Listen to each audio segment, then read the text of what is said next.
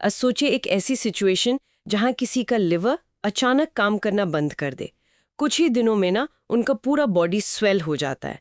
मतलब blood vessel से सारा फ्लूइड निकलकर आसपास के टिश्यूज में भरने लगता है। इंसान लिटरली अपने ही बॉडी फ्लूइड्स में डूबने लगता है। हाँ, ये कोई साईफाई मूवी का सीन नहीं है। ये तब होता है जब हमारे ब्लड का जो वैस्कुलर डैम है ना, यानी प्लाज्मा प्रोटीन्स, वो फेल हो जाते हैं। तो आज के इस डीप डाइव में हम इन्हीं इंपॉर्टेंट मॉलिक्यूल्स की फिजियोलॉजी रिवाइज करेंगे, जो कि मेडिकल एग्जाम्स के लिए बहुत इंपॉर्टेंट है। एग्जैक्टली क्योंकि स्टूडेंट्स को ये टॉपिक थोड़ा ड्राई लगता है पर है बहुत इंटरेस्टिंग।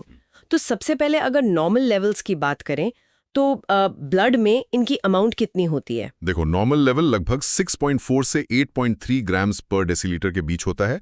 और इसमें 3 मेजर प्लेयर्स होते हैं: एल्ब्यूमिन, ग्लोब्युलिन्स जिसमें अल्फा, बीटा और गैमा आते हैं, और फाइब्रिनोजन। पढ़ रही थी कि एजी रेशियो यानी एल्ब्यूमिन और ग्लोब्यूलिन का रेशियो 2.1 होता है। बिल्कुल सही। मतलब एल्ब्यूमिन सबसे अबंडेंट प्लाज्मा प्रोटीन होता है। तो सिंपल लैंग्वेज में समझो, अगर बॉडी इसको इतना ज्यादा यूज कर रही है तो किसी बड़ी फैक्ट्री को इसको लगातार बनाना भी पड़ता होगा। वही मेरा अगला सवाल था, क्या ये सारे प्रोटीन्स एक ही जगह बनते हैं या अलग-अलग ऑर्गन्स इन्वॉल्व्ड हैं? मोस्टली हमारा लिवर एक जायंट फैक्ट्री की तरह काम करता है। सारा का सारा एल्ब्यूमिन, पूरा फाइब्रिनोजन और करीब 50 से 80% ग्लोब्युलिन लिवर में ही बनता है। ओह, अच्छा।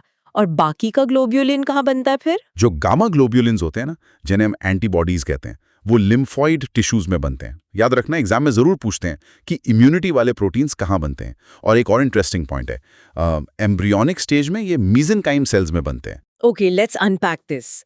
अगर लिवर फेल हो जाए जैसे लिवर सिरोसिस में, तो ये जो 2.1 का एजी रेशियो है वो उल्टा हो जाएगा क्योंकि लिवर एल्ब्यूमिन बनाना बंद कर देगा। सही पकड़ा। और यही सबसे बड़ा क्लिनिकल इंपॉर्टेंस है इसका।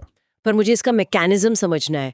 एल्ब्यूमिन एग्जैक्टली करता क्या है जिससे वो शुरू में जो हमने इडिमा या बॉडी स्वेल होने वाली बात की थी वो प्रॉब्लम आती है? इसको ना एक मॉलिक्यूलर स्पंज की तरह इमेजिन करो। Albumin maintain colloidal osmotic pressure या सीओपी मेंटेन करता है। मतलब फ्लूइड को ब्लड वेसल्स के अंदर होल्ड करके रखना। ओ, तो जो हाइड्रोस्टैटिक प्रेशर फ्लूइड को बाहर धकेलना चाहता है, एल्ब्यूमिन उसको वापस अंदर खींचता है। एग्जैक्टली एकदम बुलाद की तरह काम करता है ये। जब प्रोटीन कम होता है ब्लड में, जिसे हाइपोप्रोटीनीमिया कहते हैं, तो ये डैम टूट जाता है, फ्लूइड टिश्यूज में लीक होने लगता है और इडीमा हो जाता है। तो मतलब लिवर डिजीज या फिर सिवियर बर्न्स और नेफ्रोटिक सिंड्रोम में भी जहां प्रोटीन लॉस होता है, यहीं एडीमा दिखता होगा। हाँ बिल्कुल, उन सभी कंडीशंस में यही मैकेनिज्म अप्लाई होता है। Make sense. तो बाकी प्रोटीन्स का क्या रोल है? फाइब्रिनोजन तो शायद क्लॉटिंग में हेल्प करता है, राइट? हाँ, फाइब्रिनोजन क्लॉटिंग के लिए सबसे जरूरी है और ब्लड की विस्कोसिटी यानी गाढ़ापन भी तय करता है। इसके बिना ट्रांसपोर्ट फंक्शन अधूरा है। और एक और चीज, ये सारे प्रोटीन्स ना एम्फोटेरिक नेचर के होते हैं। एम्फोटेरिक मतलब वो एसिड और बेस दोनों की तरह बिहेव कर सकते हैं? बिल्कुल। इसी वजह से ये बफर्स का काम करते हैं और ब्लड के पीएच को स्ट्रिक्टली 7.4 पर मेंटेन करते हैं। ये बॉडी का ट्रांसपोर्ट सिस्टम भी है और न्यूट्रिशनल रिजर्व भी। Here is where it gets really interesting. Reserve की बात हुई, तो क्या बॉडी के पास इन प्रोटीन्स की अचानक कमी के टाइम कोई इमरजेंसी बैकअप प्लान होता है? हाँ, और इसको समझने के लिए विपल्स एक्सपेरिमेंट बहुत फेमस है। रिसर्चर्स ने कुत्तों पर एक्सपेरिमेंट किया था जिसमें उनके ब्लड से इंटेंशनली प्लाज्मा प्रोटीन निकाला गया था। वेट, डिलिबरेटली प्रोटीन निकाल दिया, फिर क्या हुआ कुत्तों को? उन्होंने देखा कि जब प्लाज्मा प्रोटीन का लेवल गिरकर 4.5 ग्राम्स पर डेसीलीटर तक आता है तो एक फिजियोलॉजिकल ट्रिगर दबता है। बॉडी के टिश्यूज में जो रिजर्व्स होते हैं, जिन्हें लेबाइल रिजर्व्स कहते हैं, वो तुरंत एक्टिवेट होकर ब्लड में आने लगते हैं। अच्छा, ताकि उस अचानक हुई कमी को कॉम्पेंसेट किया जा सके। पर इस रिजर्व की कोई लिमिट तो होगी ही ना? अगर प्रोटीन लॉस होना रुके ही ना तो? वही तो सबसे बड़ा कैच है।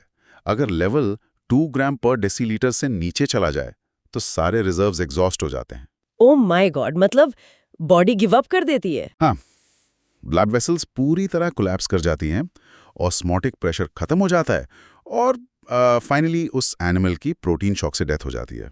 ये तो सच में स्कैरी है कि एक सिंगल टाइप के मॉलिक्यूल पर पूरा सर्वाइवल टिका है। वेल, इस डीप डाइव को एंड करने से पहले एक क्विक 30 सेकंड रैपिड रिवीजन करते हैं ताकि सबको याद रहे। जरूर, go ahead. Albumin osmotic pressure बनाता है और फ्लूइड को वेसल्स में होल्ड करता है। ग्लोब्यूलिन्स लिम्फॉइड टिश्यूज से आकर इम्यूनिटी देखता है और फाइब्रिनोजन ब्लड विस्कोसिटी और क्लॉटिंग संभालता है। Perfect summary. बस यही बेसिक कॉन्सेप्ट्स एग्जाम के लिए इंपॉर्टेंट है।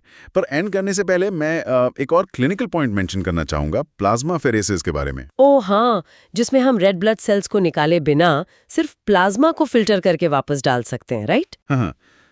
अब सोचो, अगर हम प्लाज्मा फेरेसिस टेक्निक का यूज करके ब्लड में से स्पेसिफिक हार्मफुल प्रोटीन्स या ऑटो एंटीबॉडीज को पूरी तरह फिल्टर कर सकें जो बॉडी पर अटैक करते हैं, तो हम ऑटो इम्यून डिजीजेस को रोक सकते हैं। वही तो।